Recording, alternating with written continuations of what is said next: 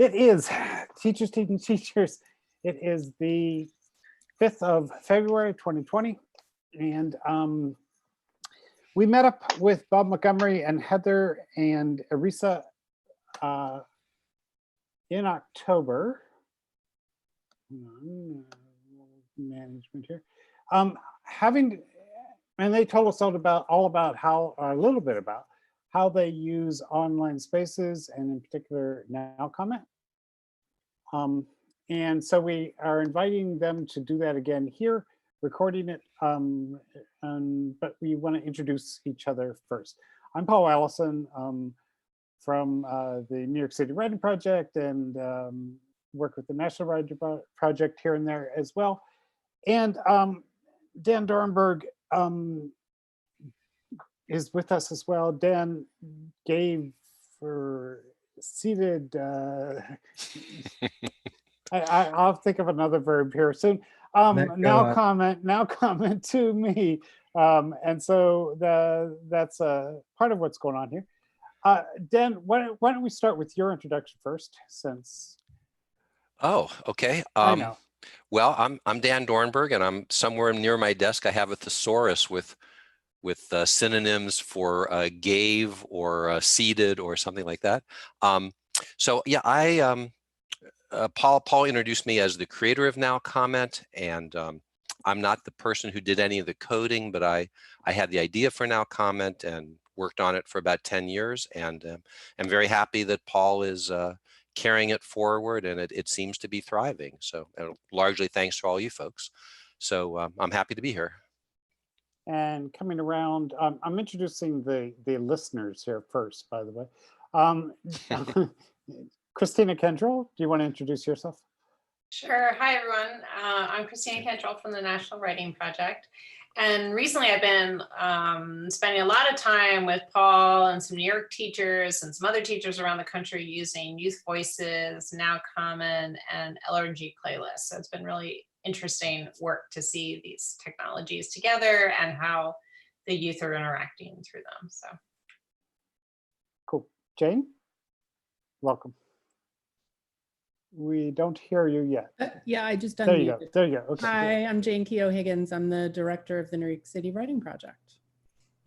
Very cool. Jane? And Troy, can you speak yet? I can. Yes. Oh, good evening. Hi. Yep. Welcome. Hey, Troy. You just got a haircut too. I did too. No, sorry. Well, you know, I knew I was going to be on tonight, so that's I right. had to look good. So yes, Troy Hicks. I'm a professor of English and education at Central Michigan University. And my connection with the Writing Project right now is I'm the director of the Chippewa River Writing Project at CMU. Very cool. All right. Now, WestEd, Bob Montgomery, do you want to introduce yourself and your colleagues? And then we're going to sort of throw this to you, but I want to encourage everyone to keep interrupting them as much as possible. Great. We haven't rehearsed or even discussed what we were going to share today, but we have some things that we'd love to share, and I'll just say a little about myself, and Irisa and Heather can continue. So I work at WestEd, an agency that does a lot of research, professional development, and technical assistance in education and in other health and human service related spaces. I'm a former teacher, known Christina for quite a while from our days overlapping when I was at the Coalition of Essential Schools. And I'm playing a role here at WestEd, which essentially allows me to work across many of our programs to develop digital learning strategies that support the interests of those programs. What type of tools support what type of collaboration or reflection or application. And we really stumbled literally across NowComment. I haven't looked it up, Dan, but maybe 5 years ago. And that was about right. And have been using it actively in a variety of projects, and would love to share a little bit about that. But Irisa and Heather, how about you? Want to go ahead, Heather? Go ahead. Sure. So I'm at WestEd as well, but I do have a connection to Troy because Troy, I live in Michigan, and I'm south of Lansing. So I appreciate having another Michigander in the virtual space here with me because I'm usually talking to people on the West Coast all the time, right? But nonetheless, so working with the Strategic Literacy Initiative at WestEd, and we really work with secondary teachers around literacy in the content areas. So been using NowComment and various other tools as well for our professional learning, working with teachers from all over the country, all the different content areas, and college level as well.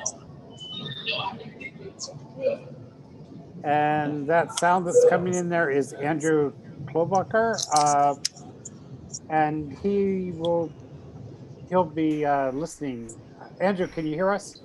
I can hear you fine. Oh. I hope you can hear me. We can. Introduce yourself quickly, if you don't. Okay, I'm Andrew Klobucar. I'm an associate professor at NJIT in the humanities. I teach in the writing and literature programs. And I'm at a train station. That's cool. If we mute you, do you know how to unmute on your phone? We'll figure that out. If not, just, you know what, that might be tricky. So, Oh, you did it. Okay, so never mind. All right. I think Irisa, that's you're the me, last yes. person, yes. I'm Irisa, and I'm also at WestEd with the Strategic Literacy Initiative, and I work with Heather very closely, and also with Bob, and we have been on this journey over the last few years of taking our face-to-face professional learning experience and for figuring out how do we take that rich learning experience and move it into the digital space for our teachers. So we are really, our kind of evidence-based, and all of our work is really about inquiry and socially mediated learning. And so we've been on this journey to say, okay, we're going to hold true to all those principles, and how do we do that in the digital space? And so just in connection to today, NowComment and is one of the ways that we are trying to bring the richness of that kind of learning into the digital space. Wow, I hope you continue to be as clear about things. That was, you know, I like that description. So, thanks. Where do you want to start? Well, you know what would be great is just to get a sense from our listeners what curiosities they're bringing, and or even sort of preconceptions you may have about NowComment. I'd just like to know who our listeners and fellow colleagues are on the call. So anybody can speak, but the question is, you know, what is your understanding of NowComment, and what are you curious, and or what are you curious about its capacity to support collaboration in your context?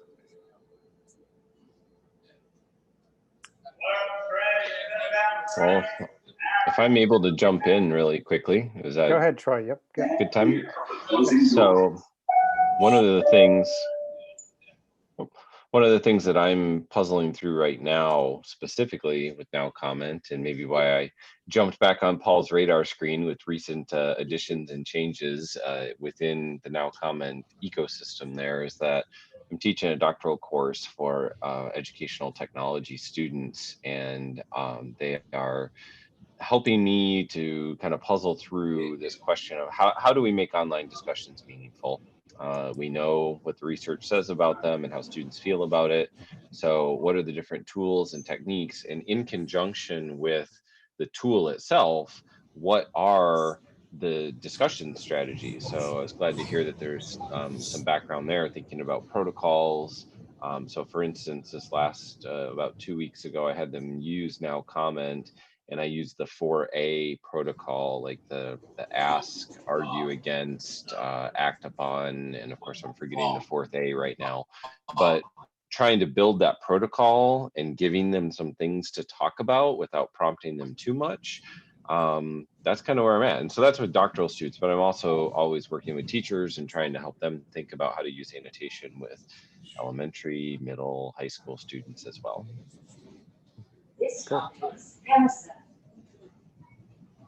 Andrew? Andrew, do you want to jump in? Yeah, oh, hold on. Purchasing his ticket. Hold on. I just I can jump in. I just want to make sure you can hear me. This is kind of fun. Yeah, you're clear. Yep. Okay. I use NowComment in a first year writing program, and one of the strengths of it, and one thing that I was interested in looking at more effectively is how it actually provided for collaborative editing and collaborative reading.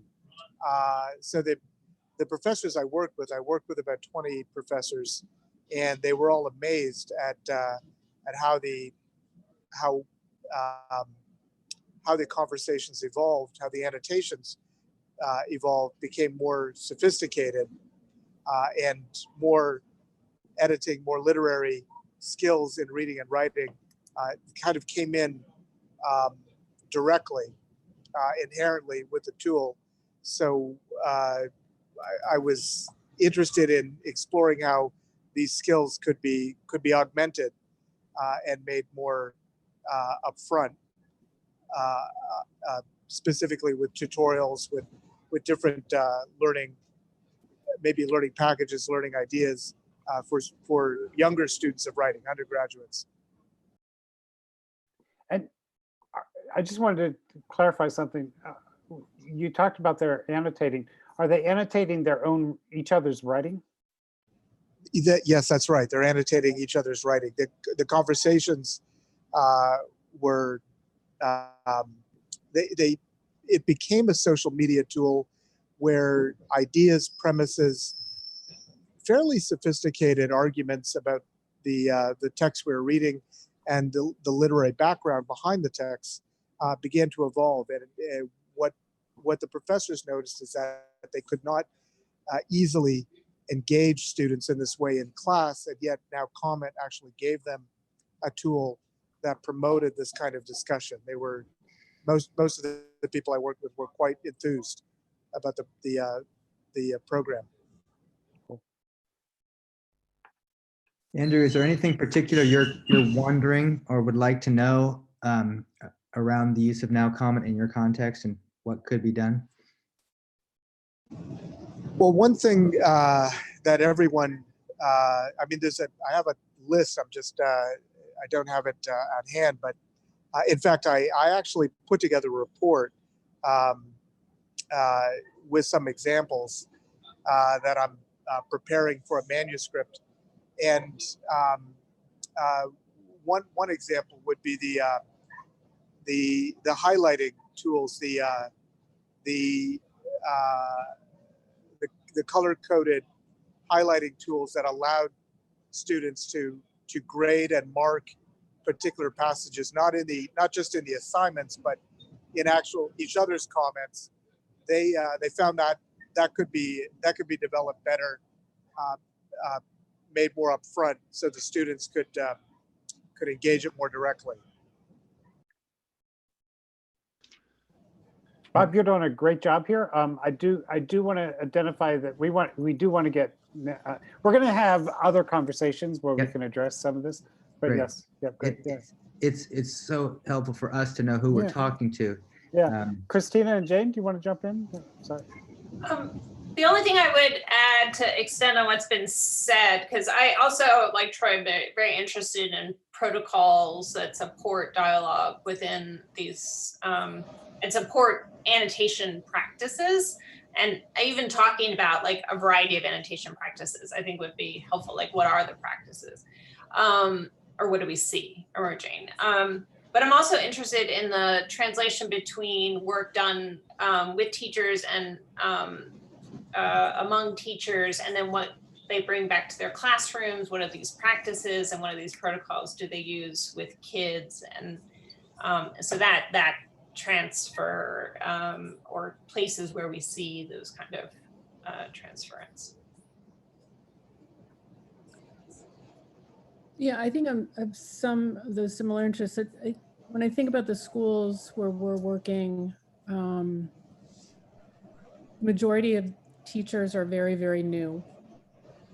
So, you know, in general, they're struggling. And so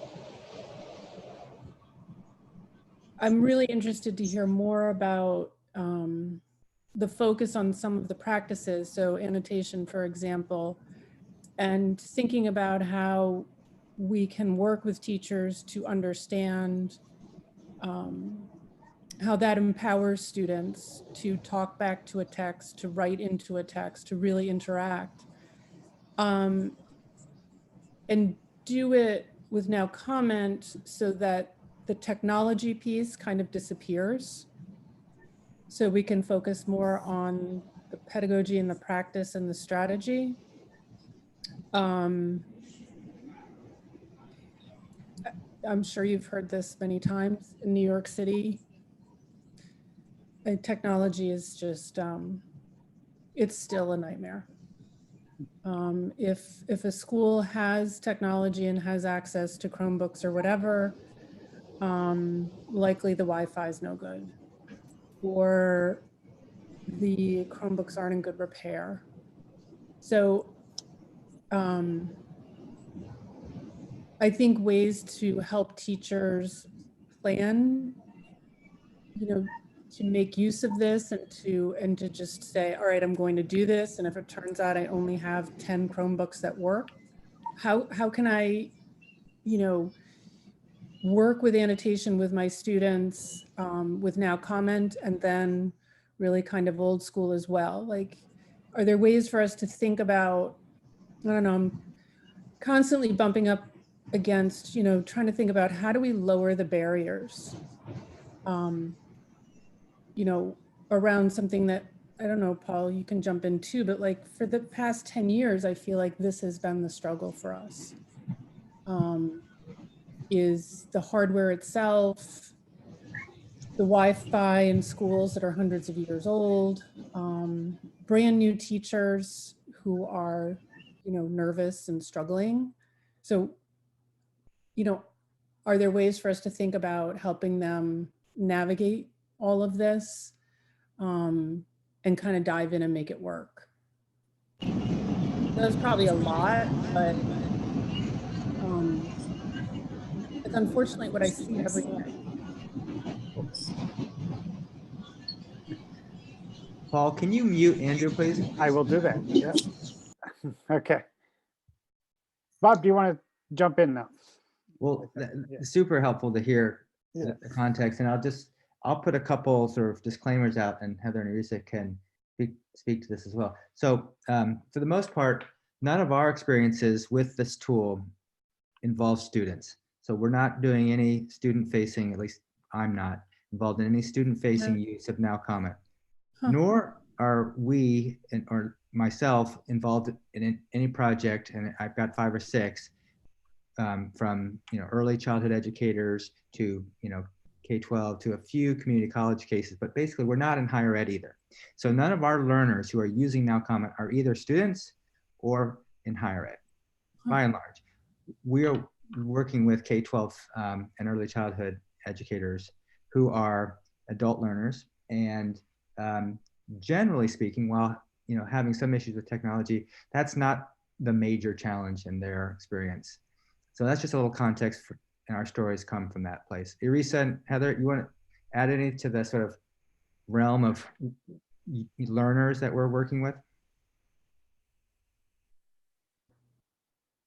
I will say that the teachers that I work with, again, mostly like middle school, high school teachers, ELA, science, math, social studies, sometimes electives teachers.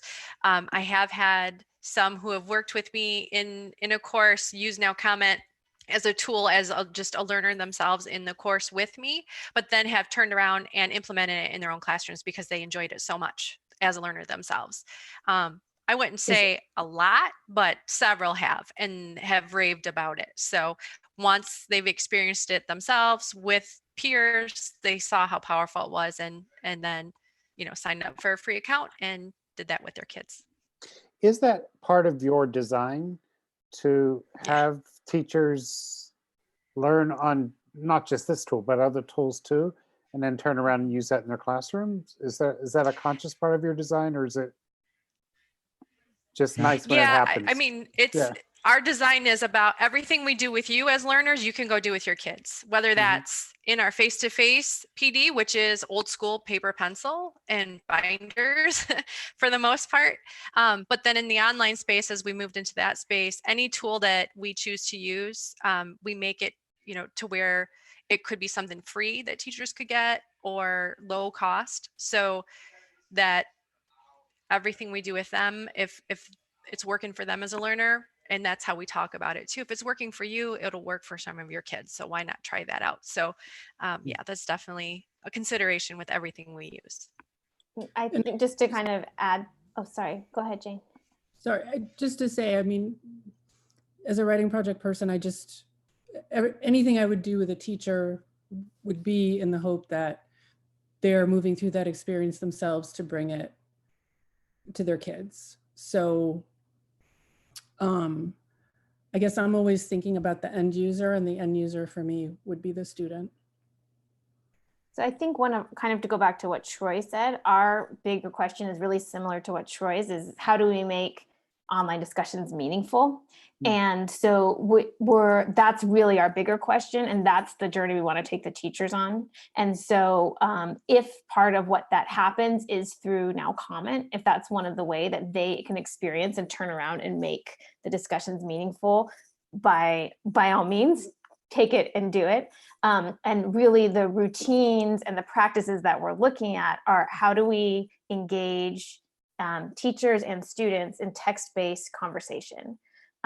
And so that for us, what we were struggling with in some of the parts where we had a link and said, read this and comment on it, is the comments were really summative, and they were just about people's whole response to a whole article. And part of what we are really looking at in our reading apprenticeship project is: how do I make sense of a text as I'm reading it? How do I annotate it and notice where I have questions, where I have connections, what's challenging? And so for us, we needed to figure out, when we're in a face-to-face type, we walk around and we stop and we say, oh, write something down. You've got to already some punctuation. You haven't written anything down. But when we were in the digital space, we had no way to kind of do the same part of slowing down your reading process. Our whole framework is an apprenticeship framework. So we're working with teachers to make their own expertise visible to themselves and then visible to their students. So how do science teachers make sense of science text? How do history teachers, what kind of ways they're reading historically? And that can be really challenging for anybody. So we really want them to slow down their reading process in order to do that. And NowComment helped us, because you can place your comments right there when you're having that thought, the same way that you would be annotating. So this was kind of one of our steps to trying to make a meaningful online discussion, not a people writing their answers, but how do you engage in collaborative meaning making with your peers? And that's what we want them to take back to the classroom, whether it's NowComment or it's just doing it with pen and paper, but we want them to take the routine back to the students. And we are seeing that in our online courses, that they may not be using NowComment, but they're taking the annotation routines into their classroom. Those are, I think, really important stories. Have you captured those at all, or in a way that we could see them? No, sorry. Well, I mean, so the cycle that they go through, and maybe Heather, do you want to talk about kind of like the cycle of their own learning and then the artifacts that they go through in the online piece? Because it is kind of capturing. We're capturing it right now. Right. Sorry. And Heather, feel free to, if you think visuals would aid the understanding, feel free to share your screen. I'll do that a little later. So, but just feel free to do that if that feels helpful. Okay. Sure, I can do that right now. So I'm going to just kind of take you guys into a sample course of a way that we utilize this. So our main kind of learning management system platform is Canvas. So we've got everything embedded within Canvas, and then linked from there as we use some of these different tools. And so kind of the cycle that Irisa was talking about is coming into Canvas as if I'm a teacher participant, coming into Canvas, and I'm going to read and annotate and NowComment with a small group of my peers. I'm going to watch some videos of some routines in action in a classroom and also annotate that with my peers.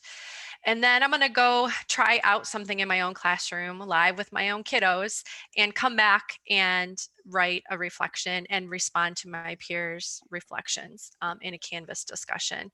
So each module kind of has all of those elements, you know, learn about through reading and watching and talking with everyone, then going and trying it and coming back and having that collaborative reflection.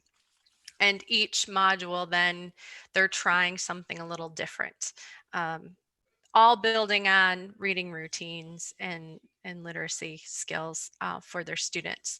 So just as an example, this course in particular is actually helping support their colleagues' work in their building, excuse me.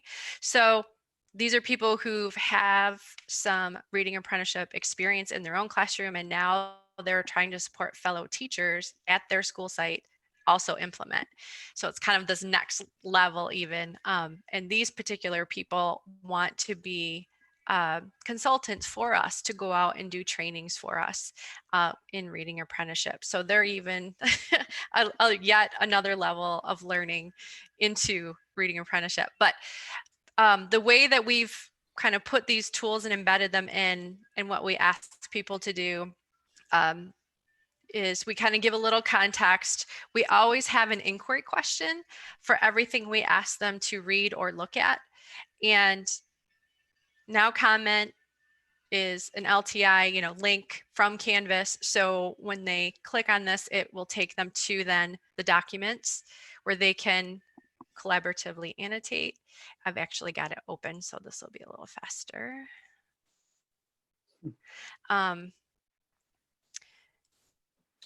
Again, a whole library of documents, but we kind of go through one by one. So this is a small group of about 10 people. And these pieces of text are they're excerpts from our book, Reading for Understanding and Leading for Literacy. We have 2 books. And we always, to answer Troy's question, we always provide a prompt at the beginning. We've tried to use different protocols, and it was a lot for people to hold and pay attention to and annotate in this online space to the kind of, I guess, depth that we were hoping for. So we've really kind of settled down on just a really simple inquiry question type prompt, and just asking people to, as you're reading, make those comments. As Irisa was saying, to slow down your reading process and not just blast through it and then just give some sort of summative response.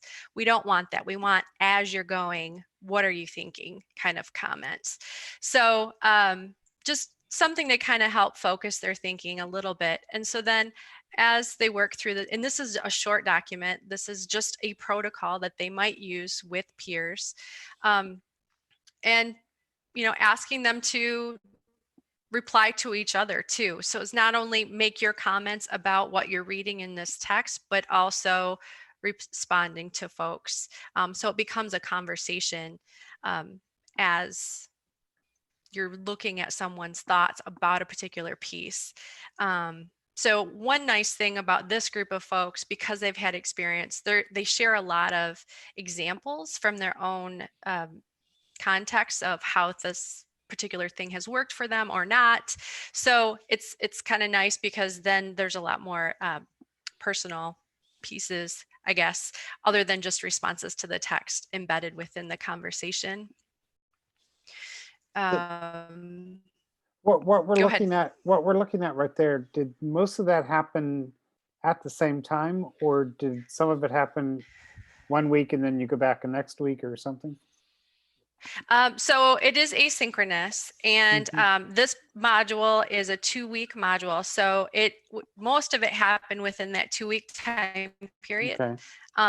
most people usually tend to get in the first week and add their annotations, but you can see dates. I mean, obviously some people came into the conversation a little later.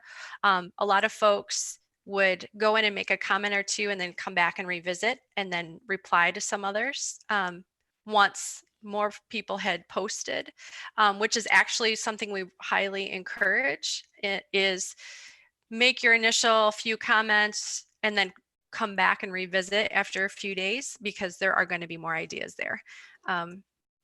We really try to leverage that social mediated learning with this kind of tool, because we know that's what works. And it's was a big question for us, is how do we make that happen in an online space in an asynchronous way?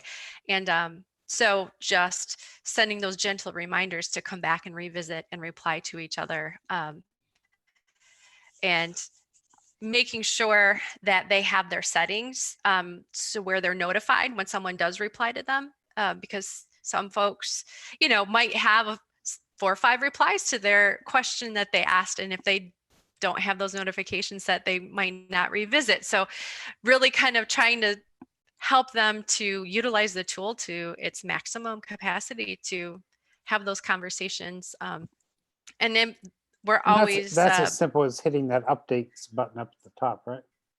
That's what you talked about? Yeah. Okay. Mm-hmm. Just making sure that they've done that. I just wanted to put a pin in the point that yes, it's asynchronous, but it's not asynchronous for 3 years, right? It's asynchronous over over a 2-week period, right? Is that ish? I mean, some folks will come back a month later, but it's the definite, like, furious kind of activity happens in that 2-week time frame, and then some people might come back a little while later. But oh, I see Troy's questions in the chat, and I just want to kind of, Troy, you could also jump in if you want, but but I do want to respond that we kind of had that same piece, and one of the things you'll see with that piece that Heather just shared, for us, it's also come down to text selection and length of piece and what we're asking our learners to do. So in what we end up putting in NowComment, we've kind of come to our own, I don't know if you could call it best practices if it's just me and Heather's idea of what works. But our kind of is that it is shorter pieces where we actually want them to slow down the reading and really kind of dig into something. So you just saw how many comments were on this protocol that we really want them to know what that is.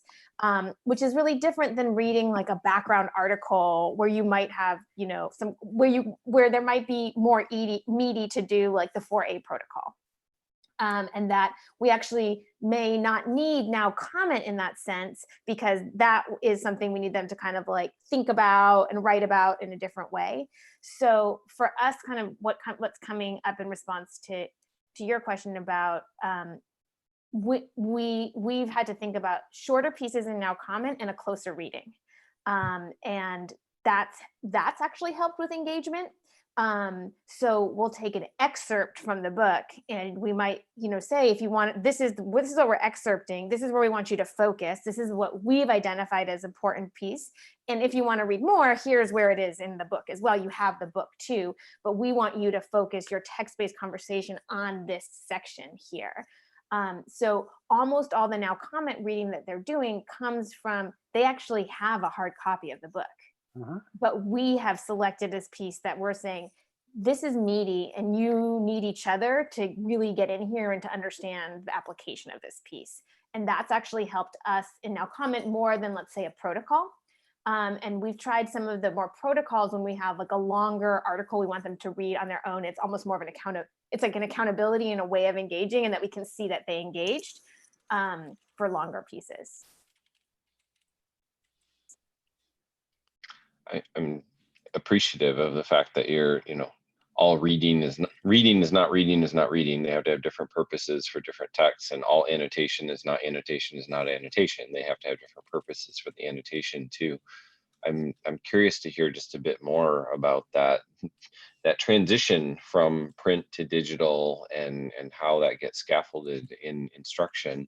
And then also the extent to which you are able to use some of the other features in NowComment, like you must post before you get to read what other people have posted, or you can change the types of questioning and labels on the color coding. Like, do you switch that up depending on the task as well? I don't, I haven't used any of those features, mainly because the length of engagement that people have with the tool doesn't justify the learning curve it would take to gain that level of fluency with the, the highlighting or, yeah, it's a challenge. So that's not this use case, but Andrew mentioned that too. So let's mark that for another time. Yeah. But yeah. Editing, the whole editing, no, we haven't done any editing. And I don't think Irisa and Heather, you guys haven't either, right? Co-editing, yeah. So No. the three buckets that have come up are really great ones. The question that Troy raised around, how to do discourse, the issues of timing, the issues of telling people to come back later, knowing that that's not ideal for most of our learners, adult learners. They're kind of moving along a river, a journey, and the idea of going back to things is a hard ask unless you've got a very active facilitator. So the role of facilitators is a third huge issue. Most of the projects that, I shouldn't say most, but a lot of the ones that I work on don't have a central facilitator playing a key role. It's more of a local facilitator who is a co-learner using the tool with peers. And that means there isn't a lot of support and nudging and encouragement from a central source. And when that's not there, you really are relying on other motivations. And the third big bucket I love is Christina's around the issue of best practices in annotation, which involve text selection. We choose a lot of nuggets, lists of insights, images, things that aren't really focused on reading as a discipline, but rather processing and interacting with content in a more collegial way. So a deeper way to get your hands into the video. We use video a lot in NowComment, into the image or into the content. So text selection is a huge issue, but so is prompts around making sense of what you see. So Irisa talked about a prompt, which is, talk to the text. We don't use that, although I'm really encouraged now to think, gosh, we should slow down, get metacognitive in the process. We really use prompts that are about sense making. What would you do next? Or what does this mean to you? Or, how does this resonate in your experience? So these three buckets, the role of facilitators, the issue of timing, and synchronous, asynchronous, and revisiting, creating a discourse is challenging, and text selection and prompts for that text. Those are three huge buckets that we're learning a lot about, and eager to learn more with others. And we should probably show a few more examples of some of those. And Heather, if any come to mind that you feel didn't get shown, why don't you share something, and then I'll show a couple examples of. You just mentioned image and video. If there's any possibility of that, Yeah, that would be interesting. I can show that. Okay.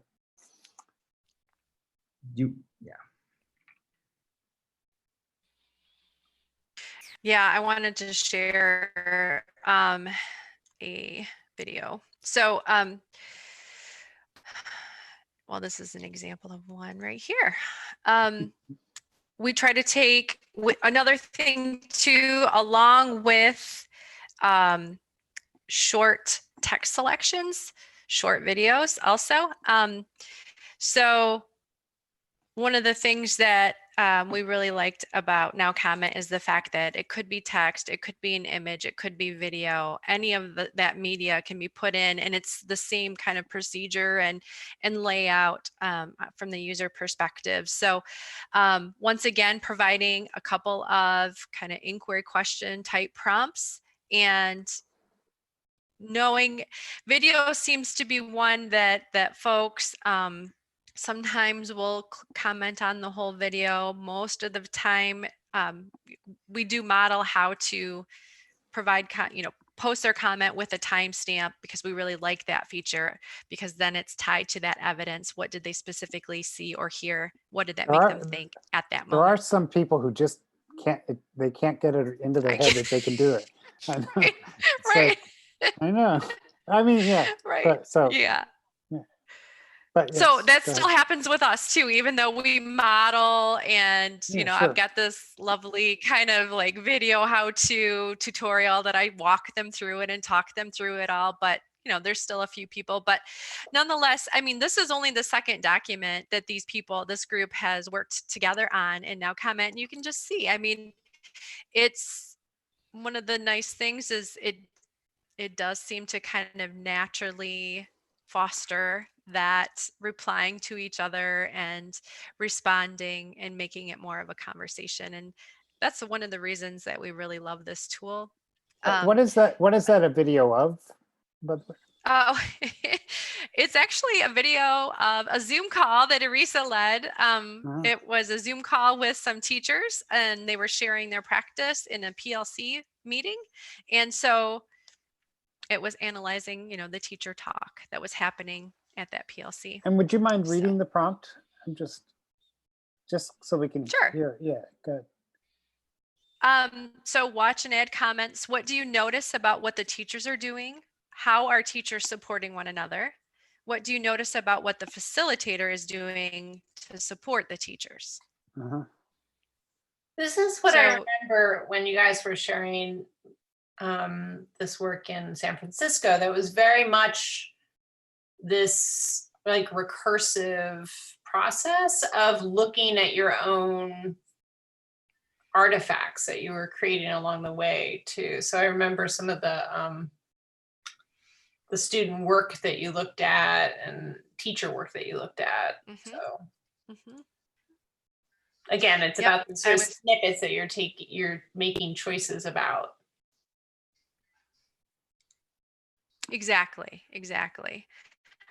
One of the things that we've done, and we worked with Dan actually on this, is we wanted to take a close look at student work. So the student annotations on a page, and how can we help teachers to be able to comment specifically on each annotation. So that image commenting feature that NowComment has is, it's not going to let me do it at the moment because this one's closed. Oh, there it goes.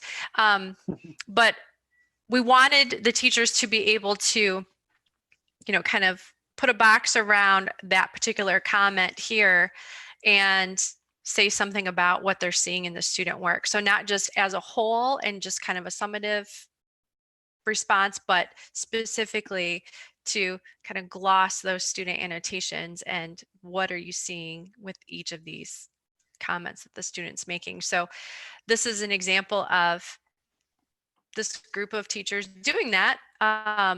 What are they noticing in the student work, and then replying to each other as well. So, and there's more than one student piece in this. So there's actually 3 student samples that we asked them to take a look at, all obviously the same text, and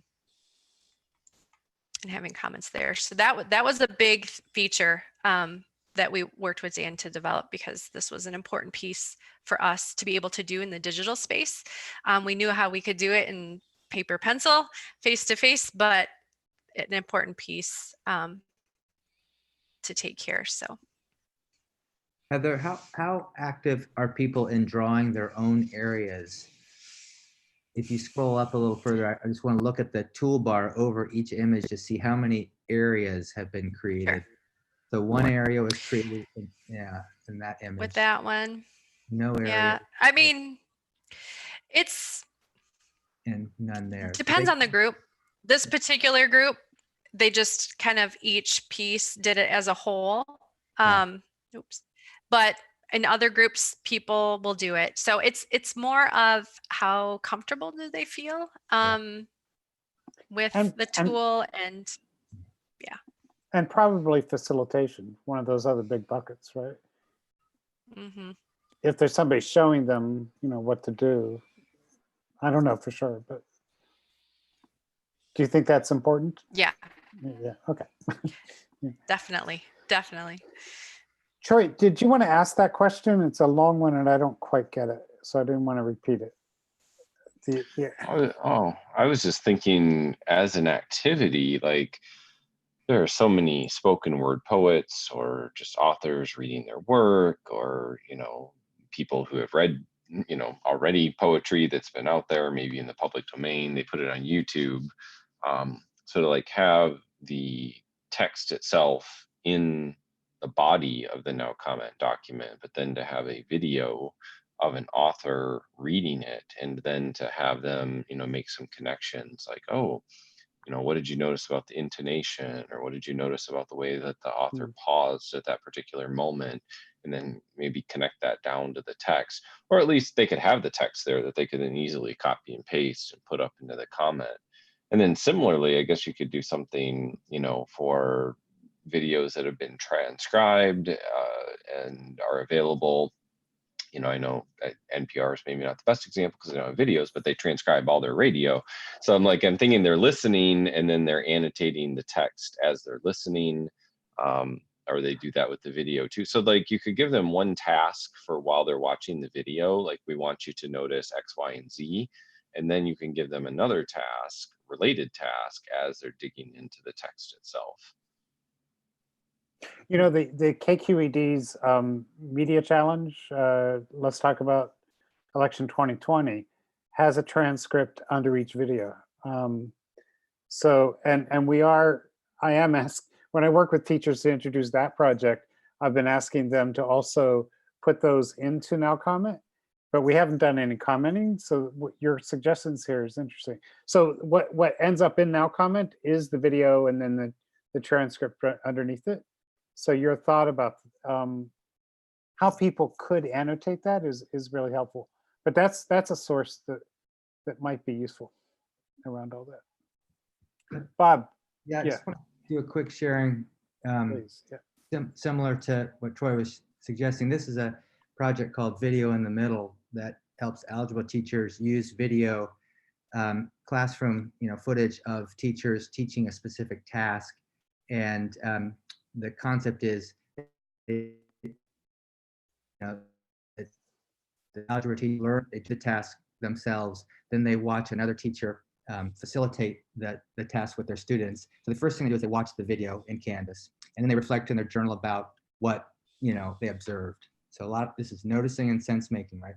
The next activity is to reflect on the context using a PDF. So they see where the clip that they just watched lives. I'm not going to try to make this also.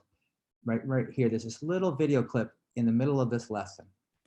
All right, and so they know where this video lives in the lesson. Okay, then they see some information about different solutions that can be used to solve the problem. Then they go to NowComment, and then they first annotate the transcript of the video they watched previously. So this is all about going deep. All right, so here's the transcript in NowComment.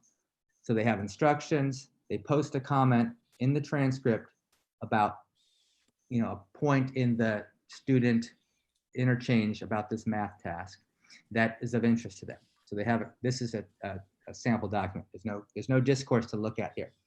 Then after I lost you on that last point. There's no discourse? So I'm not sharing any discourse on the screen. It's just a blank NowComment document. Oh, okay. So, yeah, no teachers interacted with that. I got it. Yeah, okay. Yeah. So that was 1.7, annotating the video transcript. Then the next activity that they get to through Canvas is 1.8. And they watch the same video they watched in the Canvas page, a second time, after annotating the transcript of the students solving the math problem, they watch the video and interact with the video directly through NowComment with pre-seeded, S-E-E-D-E-D, pre-annotated comments that a math educator has put into the discourse for all the teachers to consider. So all of these comments, you see 3 comments that the math educator has offered as, you know, food for thought for the teachers as they're watching to consider. So this is kind of noticings from a math educator and a chance for teachers to discuss the video that they've watched once and annotated the transcript once and going deep into, okay, what are we noticing here? So that's just an example, Troy, of kind of taking your idea of using different versions of the content to support discourse. Thank you. Yeah, I find that compelling just as a way to, you know, using the one tool in multiple ways, I think is always a challenge for any kind of educational technology. And then also to layer on this conversation about conversation, like how do we inspire students and teachers to have substantive conversation through video, through text. So that's great to see that that's an example that you have been using.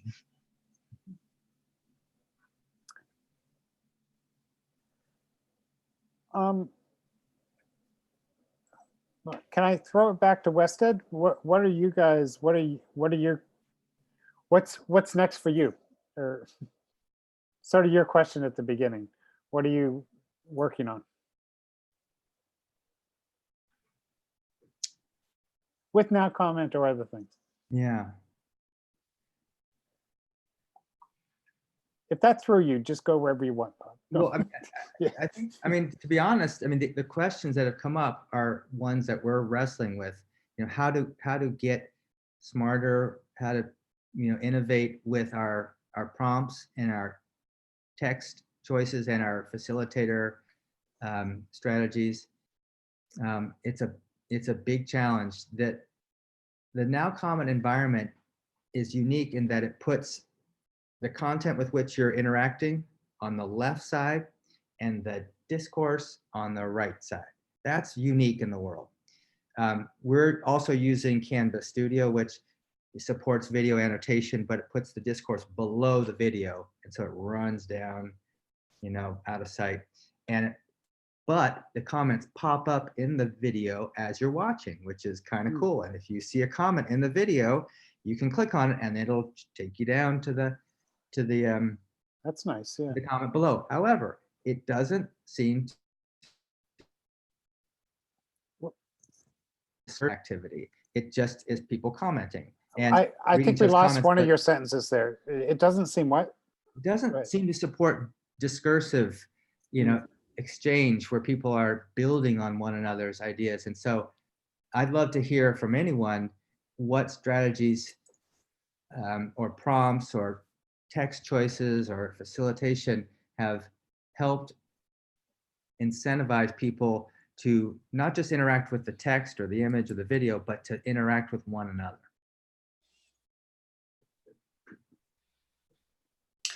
Well, do you want?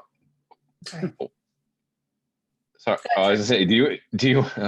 Sorry, do you want the honest answer to that question, or do you want the idealized, pedagogically, theoretically wonderful answer to that question? We could have both of them. You could start with the honest one. Well, yeah, the honest one is carrots and sticks leading to points and grades. The more theoretically sound and pedagogically nuanced and wonderful would be, yeah, I would like to think that a student, whether they're a middle schooler or a doctoral student, is going to take the time to go in, read the original document, create their own thoughts and ideas, respond to it in a thoughtful way without any additional structure or prompting from me, and then we'll log in on a regular basis over a sustained period of time. And maybe that period of time is 2 hours, maybe it's 24 hours, maybe it's 1 week. But we just know that doesn't happen, right? And so I guess I get a little disappointed. Sorry, Christina, I cut you off. Well, I mean, I've just been experimenting with this through like a self-assessment process. So in a class where I'm teaching, is a graduate class, experienced teachers, really trying to support us all in collegial learning. So the self-assessment is really about that. So in some ways, part of the self-assessment, I try to encourage people to go back to the comments, less to the artifacts and the articles that we've been reading, but actually go back to the comments from your colleagues. And anyway, I'm not saying that it's necessarily working, but what's happening, but at least what I'm trying to do is have these modules that are a week long that are cycles, basically. I try to make the cycles all similar, and they're a week long so people can sort of depend on those and get the work done, and then have these like every 3 week self-reflective processes, right? So that it just sort of supports that like going back. And then in the going backness to sort of encourage people to focus on the feedback rather than the original artifacts. I don't know, that's just one thing I've been. Is it working? Yeah, there's some, it's hard to know if it's working. It's hard to, I mean, there are people who reference things that their colleagues have said. Great. So then I'm like, oh, good, that's great. But I haven't done a sort of scientific analysis of whether it's working. And I mean, one thing that I have seen just a couple of times is someone adding a comment weeks later, right? And then I think, oh, they must have gone back, right? But I don't see tons of that happening. One of the things that I've been doing more recently that I haven't done before is I'm having youth be peer response groups using NowComment. So Right. they put their writing there and they comment on each other's stuff, and then they also suggest edits there. And then they're also using NowComment to comment on a short story. And so it's been interesting to see more fluidity because of the earlier annotating happening in the short story. That's something I'm watching, is like using the tool in different contexts. Do they say, oh, I can do this here too, right? Is what I'm hoping happens, and I think it does.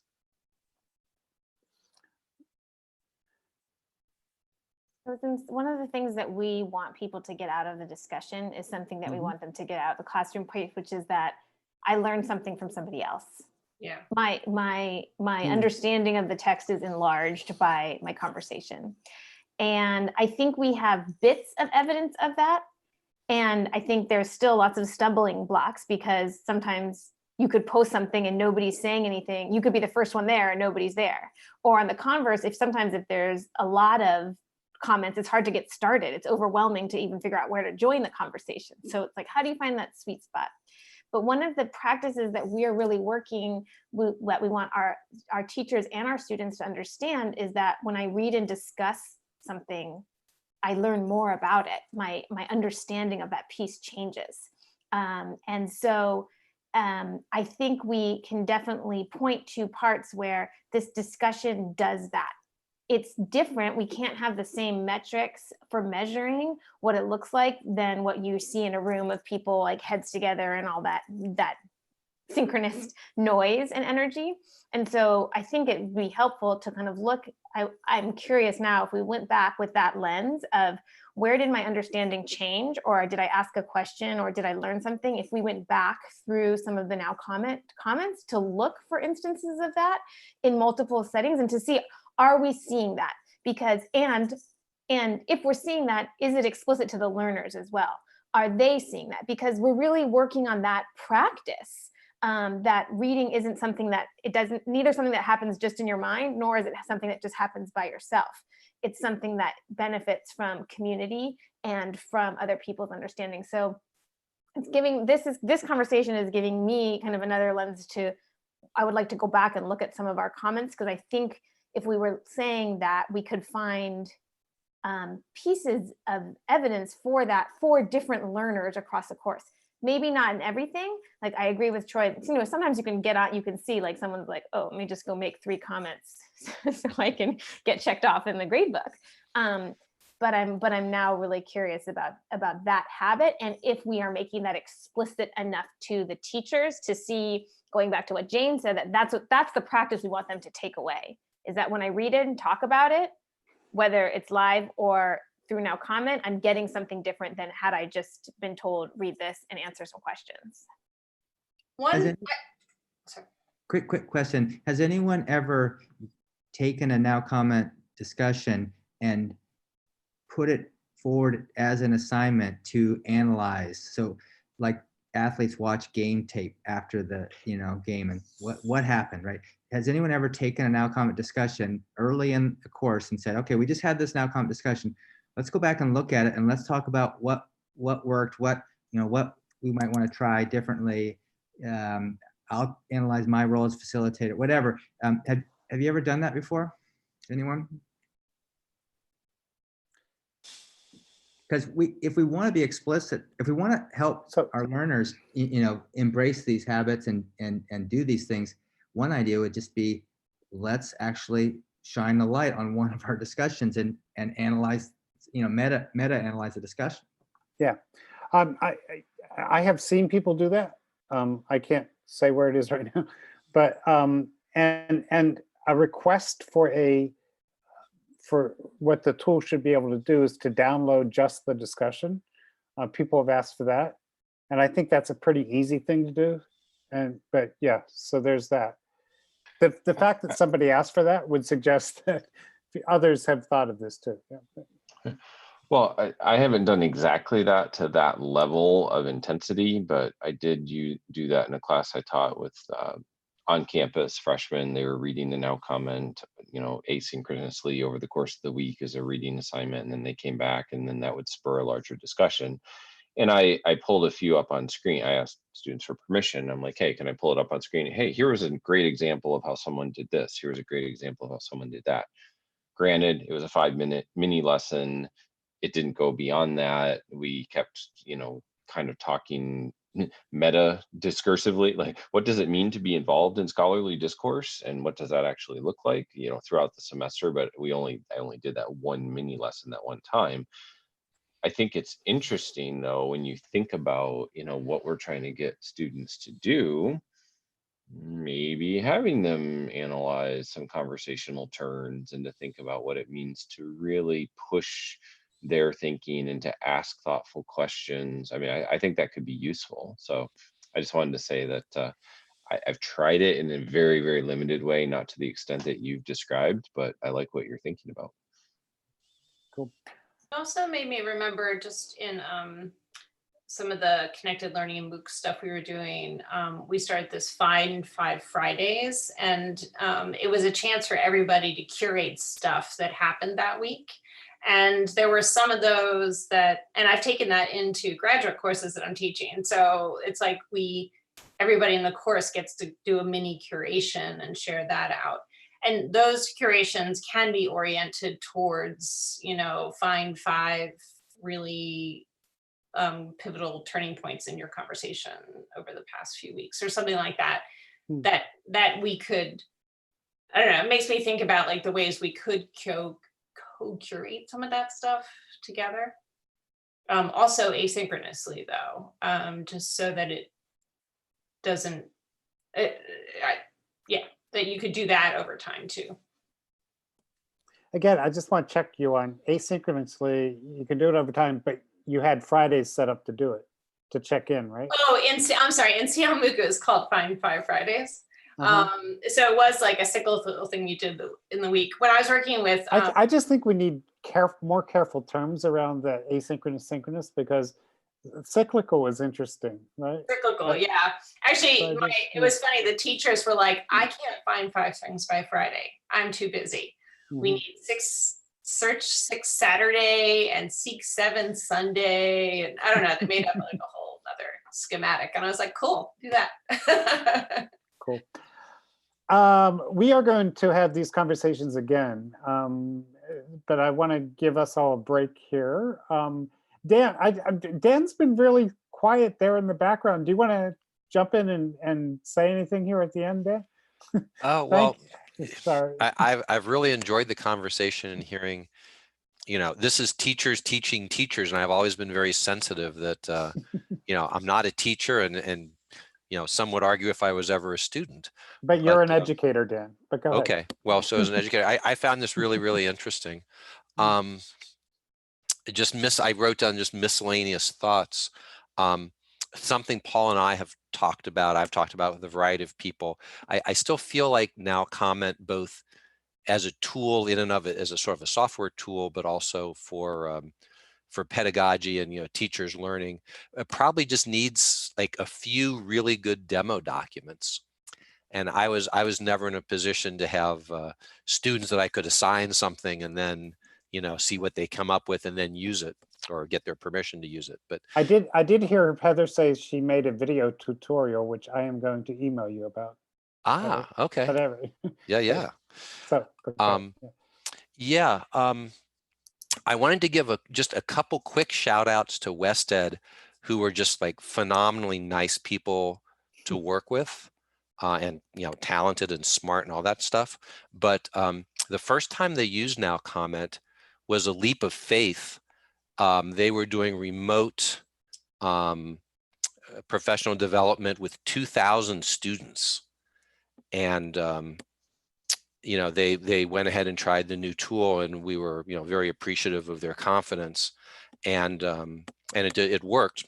And I think this group here has a lot of experience with NowComment, and I was always proud that it did turn out to be a reliable kind of a tool. So I was thinking about Jane's comment about some of the challenges in the kind of the low-tech environments of New York City, and hopefully NowComment would be a reliable tool in that kind of environment. I think because we do a lot of the processing on the server side, so hopefully it doesn't demand as much of the hardware on the student end. Anyway, those are just some random thoughts, but mainly I just really, really enjoyed being able to listen to the conversation, and I'm happy to see it still being used, and cool.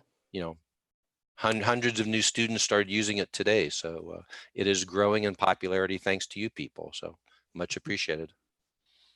Cool. Irisa, Bob, or Heather, any final thoughts? Anybody else can jump in if you want to, but Thanks for some new ideas also. Bob kind of captured some of the things the questions, things that we're working on and we're trying to get better at, but there's still, it's an iterative process. So just some of the ideas for ways to have the learners themselves look back at the conversations and think about how did my thinking change over time? I mean, it seems so simple, but it's like, wow, that could be really, really powerful. And so much less work for the facilitators, instead of hounding people like, please go back and respond to a couple of your colleagues. I get so sick of writing that over and over and over.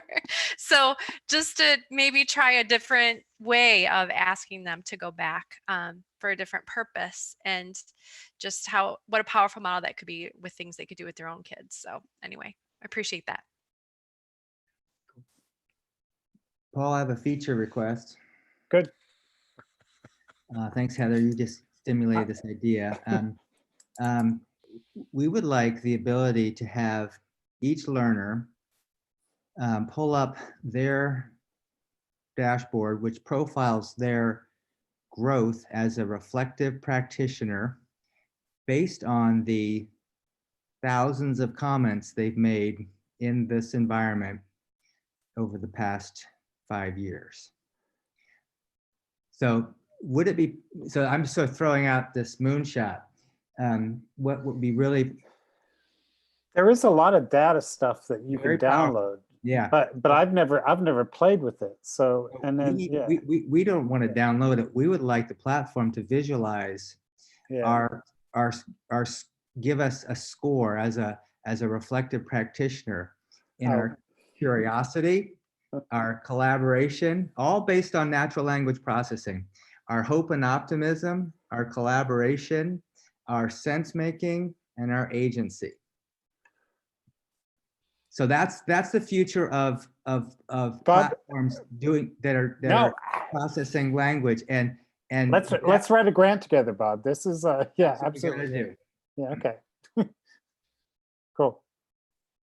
No, that's a great idea. And you've done some work on that, have you? You have. So one of the things I left the meeting back in October is fascinated by the other tools you're using too.